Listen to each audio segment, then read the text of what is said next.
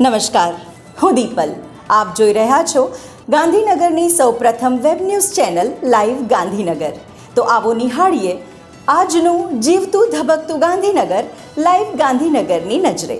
પ્રજાપિતા બ્રહ્માકુમારી ઈશ્વરીય વિશ્વવિદ્યાલય સેક્ટર 28 ગાંધીનગર દ્વારા પરમપિતા પરમાત્મા શિવના દિવ્ય અવતરણની યાદગાર શિવજયંતિ મહાશિવરાત્રિ 15 ફેબ્રુઆરી 2026 રવિવારે ઘીના ભવ્ય શિવલિંગના દર્શન, વેલ્યુ ગેમ સ્ટોલ અને શિવ અવતરણ શોર્ટ ફિલ્મ શો તથા શિવ ધ્વજારોહણનું આયોજન કરવામાં આવેલ છે.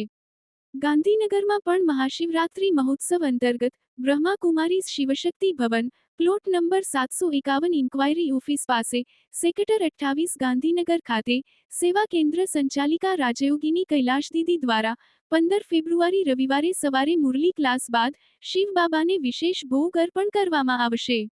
ત્યારબાદ 8 વાગે આદરણીય કૈલાશ દીદીજી, ગાંધીનગર ઉત્તર ના ધારાસભ્ય શ્રીમતી રીટાબેન પટેલ, ગાંધીનગર સમાચારના મેનેજિંગ ડિરેક્ટર કેતનભાઈ પટેલ તથા અન્ય મહાનુભાવો દ્વારા શિવ ધ્વજારોહણ કરવામાં આવશે. કૈલાશ દીદી દ્વારા વૈશ્વિક શાંતિ માટે બ્રહ્માકુમાર ભાઈ બહેનોને પ્રતિજ્ઞા લેવડાવવામાં આવશે.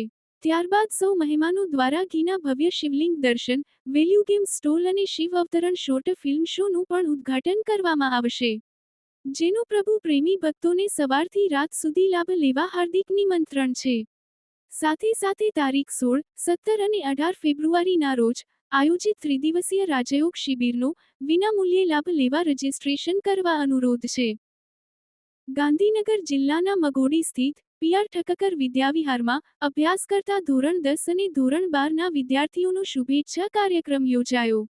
આ કાર્યક્રમમાં અધ્યક્ષ તરીકે અમદાવાદ વેપારી મંડળના ચેરમેન શ્રી ભૂપેન્દ્રભાઈ પારેખ, શ્રી કેળવણી મંડળના પદાધિકારીઓ, ભોજનદાતા શ્રી અરવિંદભાઈ શેઠ તેમજ શાળાના આચાર્ય શ્રી ઉપસ્થિત રહ્યા.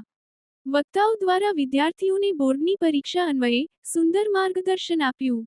સમગ્ર કાર્યક્રમનું સંચાલન શ્રી ચિક્કાર શાહ દ્વારા કરવામાં આવ્યું. તારીખ 10 ફેબ્રુઆરી 2026ને મંગળવારના રોજ 4284 કડવા પાટીદાર સમાજના 33મા સમૂહ લગ્ન ઉત્સવનું ભવ્ય આયોજન ચંદ્રાલા મુકામે કરવામાં આવ્યું. જેમાં 19 નવદંપતીઓએ પ્રભુતામાં પગલાં પાડી સમૂહ લગ્ન ઉત્સવને દીપાવ્યો હતો. સમાજના અંદાજે 12,000મી વધુ લોકો હાજર રહી પ્રસંગની શોભા વધારી હતી. સમાજના પ્રમુખ શ્રી રામકૃષ્ણભાઈ ડી પટેલે દરેક નવદંપતીને આશીર્વચન પાઠવ્યા હતા.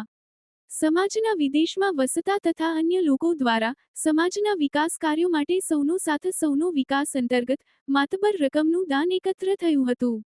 સમાજના એનઆરઆઈ મહાનુભાવો દ્વારા આગામી સમયમાં હજુ પણ વધારે દાનની જાહેરાત કરી સમાજ પ્રત્યે પોતાની કૃતજ્ઞતા વ્યક્ત કરી હતી.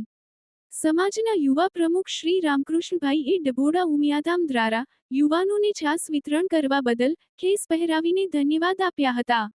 જ્યારે ડભોડાના જીવદયા પક્ષી પ્રેમીએ દરેક નવ દંપતીને પૂંઠાના બનાવેલા અદ્યતન પક્ષીઘર ભેટ અર્પણ કરી આશીર્વાદ આપ્યા હતા. આ કાર્યક્રમને સફળ બનાવવા માટે સમાજના પ્રમુખ, મંત્રી પદેથી સિંહ કારોબારી સભ્યો, લગ્ન સમિતિ, નવ દંપતી માં બાપ દરેક ગામની યુવા ટીમ સહિત પ્રસંગને દીપાવ્યો હતો. પર્પલ વુમન્સ ક્લબ દ્વારા વેલેન્ટાઇન ડેની ઉજવણી પિંક થીમ સાથે ભવ્ય રીતે યોજાઈ. કાર્યક્રમમાં મોટી સંખ્યામાં મહિલાઓ ઉપસ્થિત રહી અને વિવિધ રમતો, લકી ડ્રો તેમજ સ્વાદિષ્ટ ડિનરનો આનંદ માણ્યો. સમગ્ર વાતાવરણ ઉત્સાહ અને આનંદથી છલકાયું હતું.